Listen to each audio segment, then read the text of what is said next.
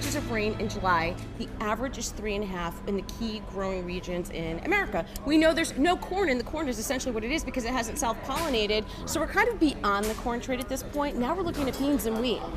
It's staggering to see what the lack of amount of rain that we've seen so far this summer, and really throughout the entire spring. So yeah, the corn game is all but over. Now it's just a matter of how much damage was really done. I think we discussed a little bit. We started out 166 yield.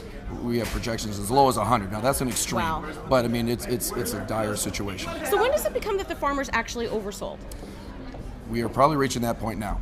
Right. They thought they had 30% sold when they had a 166 yield, and now that's probably more like a 75 to 80% sold, and potentially 100% sold, and they haven't sold a thing in $2 rally. So in terms of options pricing and so forth, is it very, very expensive? Does it make sense to sell at this point, or is that risk? The risk just isn't out of it yet. Yeah, the risk is not out of it yet. It's definitely not out of it because the unknowns of the demand is still out there, and the unknown of how bad this crop really is still out there. So yes, we've rallied $2.50 in the last 6 weeks in corn and $3 in beans, but who's to say that can't happen again? But in terms of the bean and the wheat complex, is that the crop just the end of it for 2012? Is there even any hope at this point?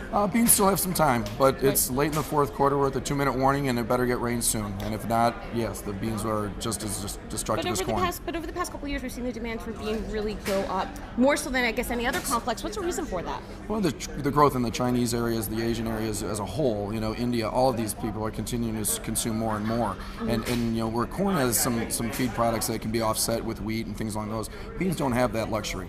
Beans are used, and they don't have an outsource of another crop to use. So when we come back here in August, what are the two outcomes that we're going to look at? What will we be talking about at that point?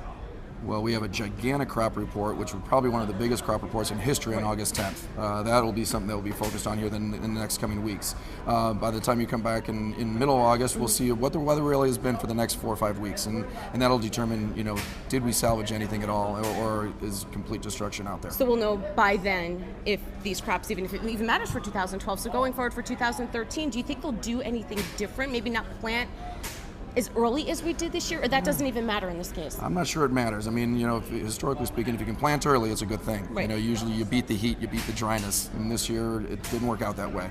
But we're going to see expansion. The land is there for some government programs that they'll release some land to be able to plant more. South America will plant above and beyond what they have in the years past. So you're going to see a lot of acreage increases, and hopefully that production will offset some of the loss that we have this summer. All right, thanks, Gary.